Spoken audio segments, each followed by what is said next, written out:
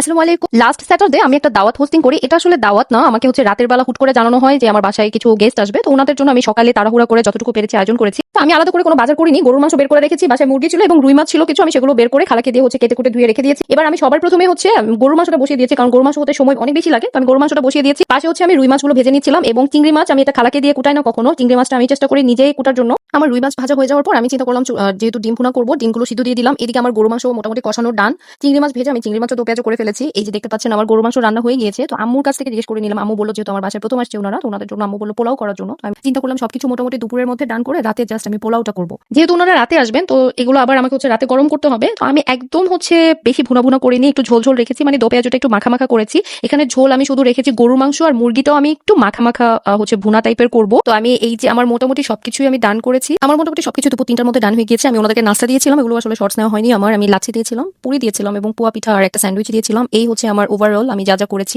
রাতে বেগুন ভাজিটা করেছিলাম এবং পোলাও রেডি করেছিলাম। এই তো মোটামুটি আমি এই আইটেমগুলোই করেছি। আলহামদুলিল্লাহ অল্প সময়ের মধ্যে আমি যতটুকু করেছি আমি নিজেই স্যাটিসফাইড। এত তাড়াহুড়া ছিল, সবকিছু আমি প্রপারলি ভিডিও করতে পারিনি। That's all. আল্লাহ হাফেজ। আসসালামু আলাইকুম।